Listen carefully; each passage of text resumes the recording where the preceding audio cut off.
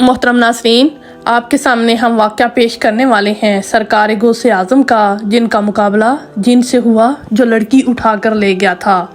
सरकार गौसे आज़म रहमतुल्लाह अलैह अपनी खानका में बैठे हुए थे, तभी दौड़ता हुआ आपका एक मुरीद आपके पास आया और आने के बाद अर्ज़ की कि सरकार रहमत आलम मैं बर्बाद हो गया, मैं तबाह हो गया हूँ। सरकार गौसे आज़म रहमतुल्लाह अलैह ने फरमाया कि बताओ बात क्या है, तुम्हारे ऊपर कौन सी मुसीबत का पहाड़ टूट पड़ा है। तो उस मुरीद ने अर्ज़ की कि मेरी इज़्ज़त का जनाजा निकल गया, मेरी आबरू बर्बाद हो गई, मैं लुट गया सरकार। मेरी इकलौती बेटी है, बड़ी खूबसूरत है, मैंने अपनी बेटी को घर में ही रहकर तालीम दी है, मैंने अभी तक इसे घर से बाहर किसी भी इंसान के सामने नहीं भेजा, मैंने अपनी बेटी का नाम फातिमा रखा है सरकार। मेरी बेटी मेरी इजाज़त के बगैर कभी घर से बाहर नहीं जाती, लेकिन आज जब मेरी बेटी छत पर गई तो वो छत से वापस नहीं आई। मेरी छत पर दीवारें भी इतनी ऊंची हैं कि वो दीवारें फलांग कर भी नहीं जा सकती, लेकिन फिर भी मैंने अपने दिल को तसल्ली देते हुए अपने आस पड़ोस में पता करवा लिया और रिश्तेदारों से भी पता किया, मगर कहीं भी मेरी बेटी का नामो निशान नहीं मिला। सरकार गौसे आज़म मुझे मेरी बेटी चाहिए और ज़िंदा चाहिए। सरकार गौसे आज़म रहमतुल्लाह अलैह ने फरमाया ठहर जाओ, और सरकार गौसे आज़म ने अपनी आंखों को बंद कर लिया। चंद ही लम्हों के बाद आंखें खोली और अपने उस मरीद से फरमाते हैं अपने दिल की बेताबी को दूर कर दो, तुम्हारी बेटी आज ही मिलेगी और ज़िंदा मिलेगी और पूरी इज़्ज़त के साथ मिलेगी। फिर सरकार गौसे आज़म रहमतुल्लाह अलैह ने फरमाया ऐ मेरे मरीद, क्या तुम जानते हो करब के वीराने को? तो उस मरीद ने अर्ज़ किया सरकार वो तो बड़ा भयानक जंगल है, बड़ा दहशतनाक जंगल है, दिन में भी वहाँ जाते हुए डर लगता है। तो हुजूर गौसे आज़म रहमतुल्लाह अलैह ने फरमाया करब के वीराने में चले जाओ, पहला किला छोड़ देना, दूसरा किला भी छोड़ देना और तीसरे किले की चोटी पर जाकर बैठ जाओ, वहाँ जाकर मेरा नाम लेना और पढ़कर अपनी उंगली पर दम कर लेना और अपने चारों तरफ एक लकीर खींच लेना। फिर वहाँ से जिन्नातों की फौज गुजरना शुरू होगी। वो जिन्नात धाड़ते हुए भयानक आवाज़ निकालते हुए तुम्हारे ऊपर हमला करने की कोशिश करेंगे, लेकिन कोई भी जिन मेरे नाम की खींची हुई लकीर को पार नहीं कर पाएगा। जब वो तमाम जिन्नात की फौज चली जाएगी तो आखिर में शहनशाह जिन्नात की सवारी आएगी, और वो शहनशाह जिन्नात इतना ताकतवर है कि वो बड़े बड़े पहाड़ों और दरख्तों को उखाड़ सकता है, वो सब काम तो कर सकता है, लेकिन मेरे नाम की खींची हुई लकीर को वो भी पार नहीं कर सकता। फिर वो शहनशाह जिन्नात तुमसे पूछेगा, फिर आप उसको अपनी पूरी दास्तान बता देना कि मैं हुजूर गौसे आज़म का मुरीद हूँ, उनका भेजा हुआ हूँ, मुझे मेरी बेटी आज ही चाहिए और ज़िंदा चाहिए और इज़्ज़त के साथ चाहिए। अगर मेरी बेटी को कुछ हुआ तो मेरे पीर के कहर से पूरी कौम जिन्नात को कोई नहीं बचा सकेगा। हुजूर गौसे आज़म का ये मुरीद करब के वीराने की तरफ चल देता है। 2 किले छोड़ने के बाद तीसरे किले पर बैठ जाता है। करब के वीराने पर जाकर हुजूर गौसे आज़म का नाम लेकर अपनी उंगली पर दम करता है और चारों तरफ लकीर खींचकर बैठ जाता है। जिन्नात की फौज गुजरना शुरू हो जाती है।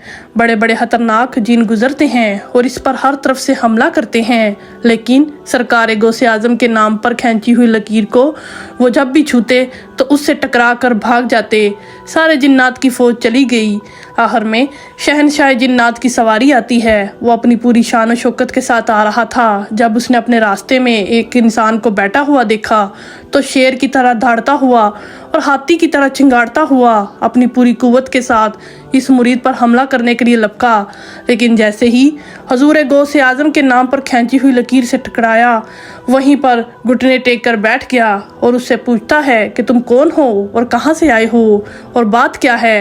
हुजूर गौसे आज़म के मुरीद ने अपने पूरा मुकदमा पेश किया कि ऐ जिन्नात के बादशाह, मैं हुजूर गौसे आज़म का मुरीद हूँ, बेटी छत पर गई थी और मेरी बेटी वहाँ से गायब हो गई, कोई जिन इसको उठा कर ले गया है, मुझे मेरी बेटी आज ही चाहिए और ज़िंदा चाहिए और इज़्ज़त के साथ चाहिए। जब शहनशाह जिन्नात ने हुजूर गौसे आज़म रहमतुल्लाह अलैह का नाम सुना तो अपनी फ़ौज को वापस बुलाया اور واپس بلانے کے بعد کہا یہ حضور غوث اعظم کا مرید ہے، اس کی بیٹی غائب ہو گئی ہے، کوئی جن اسے اٹھا کر لے گیا ہے، پوری دنیا کے کونے کونے میں پھیل جاؤ، سمندر کی گہرائیوں میں اتر جاؤ، کنووں کی گہرائیوں میں اتر جاؤ، پہاڑوں میں ویرانوں میں تلاش کرو، جنگلوں میں تلاش کرو، آبادی میں تلاش کرو، جیسا بھی ہو اس لڑکی کو لے کر آنا، اور جو جن اس لڑکی کو لے گیا ہے اس کو بھی لے کر آنا۔ پوری جنات کی فوج چل دیتی ہے، مگر شہنشاہ جنات نے پھر ان لوگوں کو واپس بلایا اور بلانے کے بعد کہا کہ آ کر یہ مت کہہ دینا کہ لڑکی ہمیں نہیں ملی، اس لیے اگر لڑکی جنات کے پاس نہ ہوتی تو حضور غوث اعظم رحمۃ اللہ علیہ اپنے مرید کو میرے پاس کبھی نہیں بھیجتے۔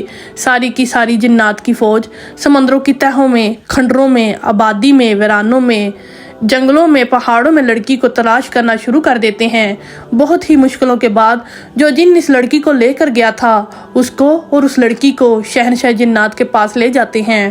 جنات نے کہا کہ اے شہنشاہ جنات، ہم نے اسے بڑی مشکل سے تلاش کیا ہے۔ شہنشاہ جنات نے اس جن سے کہا کہ تیری ہمت کیسے ہوئی؟ کیا تجھے پتہ نہیں کہ حضور غوث اعظم رحمۃ اللہ علیہ کون ہے؟ تجھے ان کے شہر سے لڑکی لے جاتے ہوئے ڈر نہ لگا؟ تو جن نے کہا اے شہنشاہ جنات، میری اتنی ہمت تو نہ تھی، لیکن میں کیا کرتا، ہوا میں اڑتا ہوا جا رہا تھا کہ یہ لڑکی اپنے مکان کی چھت پر اس انداز میں کھڑی تھی کہ اس کے بال بکھرے ہوئے تھے، اس کا چہرہ کھلا ہوا تھا اور یہ اپنے ناز و انداز میں کھڑی ہوئی تھی۔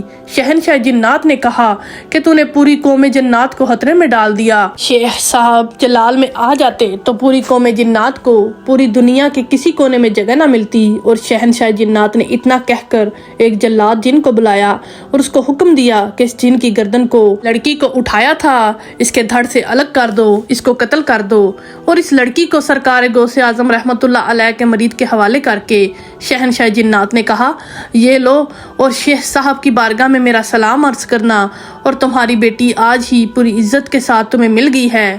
شہنشاہ جنات اتنا کہہ کر چل دیتا ہے کہ سرکار غوث اعظم رحمۃ اللہ علیہ کے مرید نے آواز دی کہ اے شہنشاہ جنات ذرا ہماری بات تو سنو۔ تو شہنشاہ جنات نے کہا بولو کیا بات ہے؟ تو سرکار غوث اعظم کے مرید نے کہا کہ بتاؤ تم لوگ بھی سرکار غوث اعظم رحمۃ اللہ علیہ کو مانتے ہو؟ اتنا سننا تھا کہ شہنشاہ جنات نے کہا حضور غوث اعظم جیسے انسانوں کے شیخ ہیں وہ جنات کے بھی حاکم ہیں۔ شیخ کی نگاہ جب اٹھ جاتی ہے تو پوری قوم جنات میں زلزلہ آ جاتا ہے۔ سبحان اللہ۔